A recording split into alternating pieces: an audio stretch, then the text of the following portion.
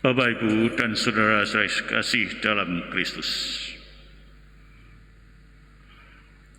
Mari kita bayangkan bahwa perjalanan Yesus menuju Yerusalem melalui Samaria dan Galilea adalah suatu kisah di mana Yesus sedang melawati hidup kita masing-masing saat ini.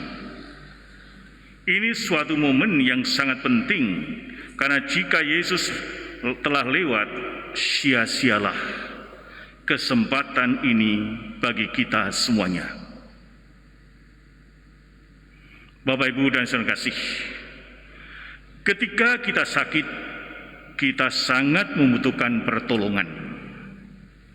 Pada saat ini sudah hampir 1 tahun kita bergumul dengan pandemi virus corona. Kita seperti 10 orang kusta tadi, berdiri dan berteriak sekeras-kerasnya, memohon bantuan Yesus. Tuhan, kasihanilah kami. Itulah cerita yang terjadi pada saat sekarang ini, dikala dunia dilanda oleh virus corona. Bapak, Ibu, dan saudara yang kasih, virus corona telah menempatkan semua orang di dalam kapal yang sama dan mendesak dunia untuk melihat krisis ini sebagai ujian solidaritas dan pengingat nilai-nilai dasar kemanusiaan, sehingga manusia atau kita tidak lagi memikirkan diri sendiri, tapi diuji masih adakah hati untuk sesama manusia yang menderita.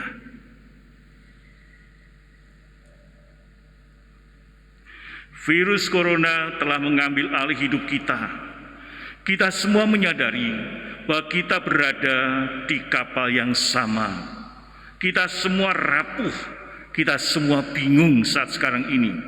Tetapi pada saat yang sama, kita dipanggil untuk mendayung bersama-sama. Sehingga hidup saling menolong, saling membantu, itulah yang diharapkan dari Allah sendiri.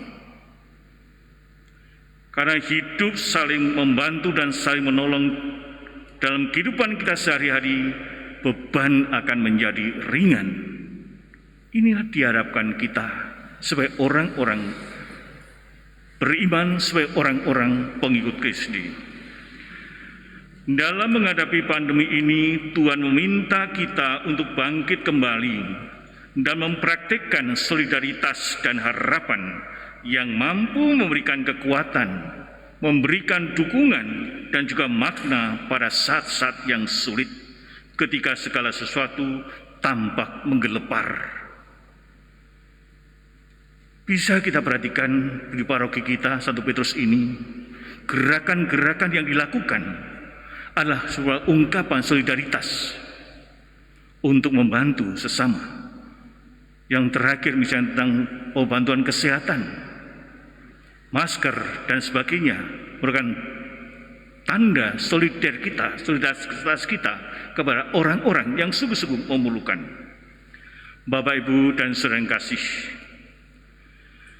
wabah dan penyakit yang mengancam manusia sekarang ini bukan hanya virus corona. Kalau kita perhatikan dengan baik, gosip dan ujaran kebencian merupakan wabah yang lebih buruk dibandingkan COVID-19.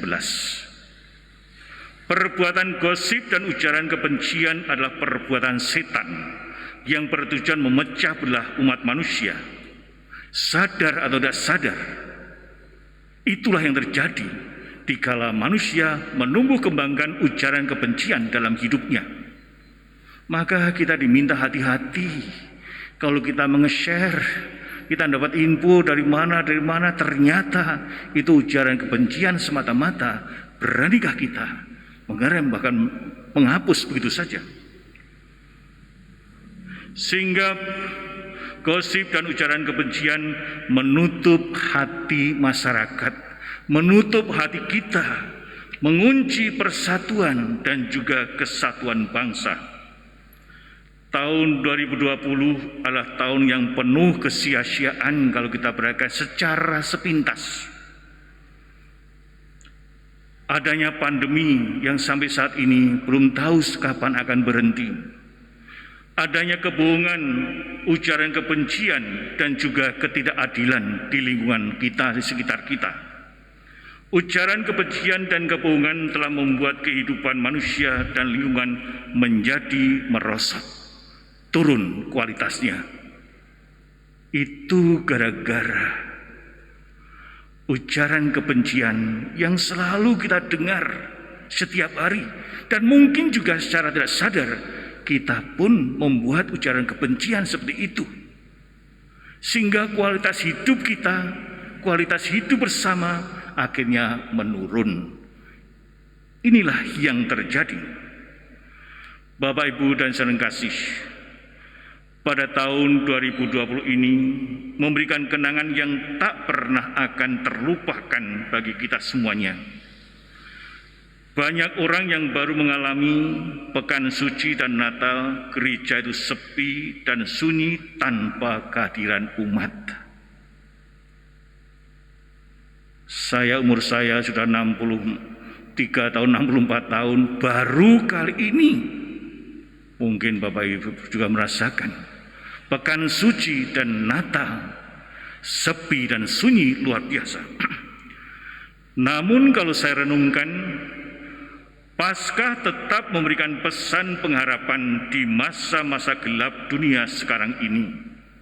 Kendati banyak umat yang tinggal di rumah, merayakan di rumah, saya yakin bahwa Paskah tetap memberikan pesan pengharapan pada situasi yang sulit ini. Ketakutan kita sekarang ini sebenarnya kalau kita telusuri dalam peristiwa Pekan Suci, sama seperti ketakutan para pengikut Yesus setelah Yesus disalibkan. Mereka juga takut luar biasa.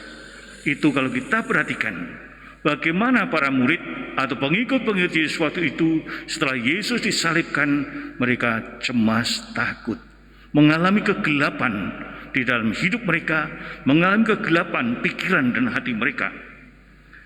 Para murid menyaksikan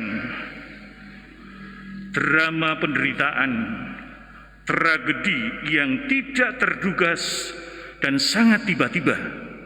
Demikian juga kita pada saat sekarang ini. Siapa yang mengira adanya corona? Tragedi yang tiba-tiba, tidak terbayangkan sebelumnya, namun itu ada.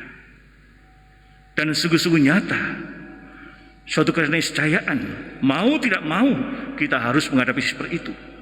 Itulah juga pada waktu para murid dulu, mereka juga tidak menduga bahwa Yesus itu akan mati, disalibkan, konyol seperti itu, tidak terduga. Demikian juga corona saat ini, tidak ada satupun orang yang menduga bahwa virus corona ini akan berjalan begitu lama seperti ini, sampai kapan tidak tahu. Bapak, Ibu, dan saudara kasih, kita kembali merenungkan pada malam Paskah. Gereja-gereja suasananya sangat berbeda dengan tahun-tahun sebelumnya.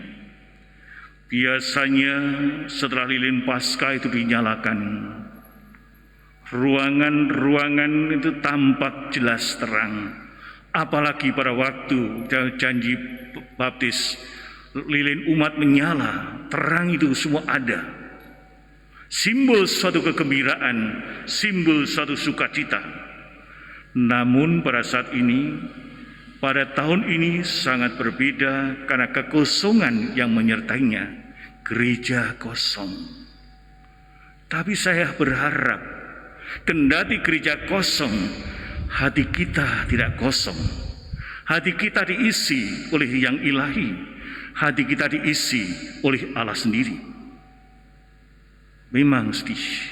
Lihatlah, biasanya di depan sana ada pohon Natal yang begitu megah, tinggi, sekarang tidak ada. Tampak sepi, tampak sunyi. Namun ini tidak berarti kita sebagai orang beriman hilang kegembiraan dan hilang kesukaan kita.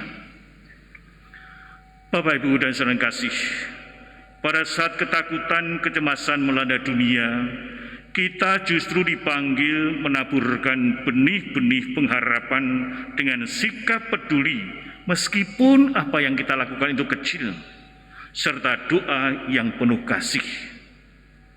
Paskah tahun ini hendaknya membangkitkan pengharapan di tengah ketakutan itu sendiri.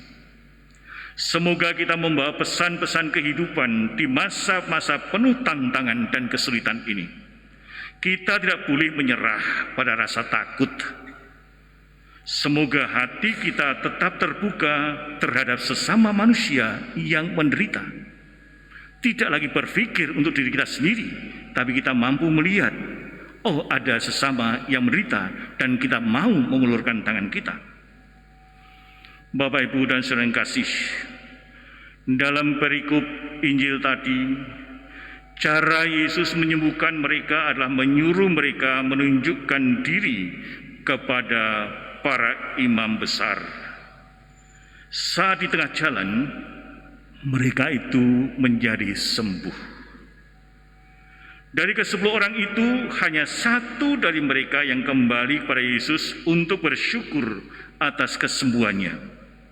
Yesus tahu bahwa semua itu sembuh, tapi kok hanya 1 yang datang kembali bersyukur. Namun, mengapa hanya 1, bahkan juga orang asing yang datang bersyukur pada Yesus? Maka Yesus itu bertanya, loh, yang 9 tadi kemana? Kan mereka juga sembuh. Tapi yang orang Samaria itu jawabannya apa? Kita nggak tahu. Mungkin Pastor Leo tahu jawabannya. Orang Samaria itu apa yang jawabnya ketika ditanya. Loh, temanmu itu 9 itu kan sembuh. Kenapa nggak kembali? Kok hanya kamu sendiri? Tidak dikisahkan di sana. Apa kata Yesus? Singkat Bapak sekalian, imanmu telah menyelamatkanmu. Jadi, iman adalah fokus perhatian Yesus itu sendiri. Akibat dari iman adalah syukur. Maka tidak aneh, tidak heran kalau pada penghujung tahun ini kita hadir di tempat ini, kita bersyukur karena kita memiliki iman. Seandainya kita tidak beriman, kita tidak mungkin akan hadir. Tidak mungkin kita akan mengadakan doa akhir tahun dan sebagainya. Syukur tampak di dalam ungkapan seperti ini. Maka marilah pada akhir tahun ini kita bersyukur pada Tuhan untuk semua berkat-Nya. Tetapi bagi saya, lebih dari itu, kita harus dapat dan mau untuk mengingat berkat Tuhan satu persatu demi kebaikan kita sendiri. Artinya adalah, coba kita bayangkan selama 1 tahun, berkat apa saja yang kita terima dari Allah. Bisakah kita menghitungnya? Saya yakin kita banyak mendapat berkat dari Allah. Kita tidak bisa menghitungnya. Mungkin kalau disediakan 1 buku pun tidak cukup untuk menulis di sana. Berkat Tuhan sudah dilimpahkan dalam hidup kita pada saat-saat kita membutuhkannya. Dan juga sampai saat ini, sehingga kita bisa berkumpul di tempat ini. Dengan mengingat semua berkat Tuhan, terutama berkat-Nya yang membawa kita pada keselamatan. Berkat Natal, Sang Bayi Natal yang baru saja kita rayakan, kita akan selalu kuat menghadapi semua tantangan hidup, sebab kasih Allah selalu melimpah. Tuhan memberkati kita semua. Tuhan menuntun kita semua pada tahun-tahun yang akan datang. Semoga kita memiliki keyakinan bahwa kita tidak pernah akan berjalan sendirian.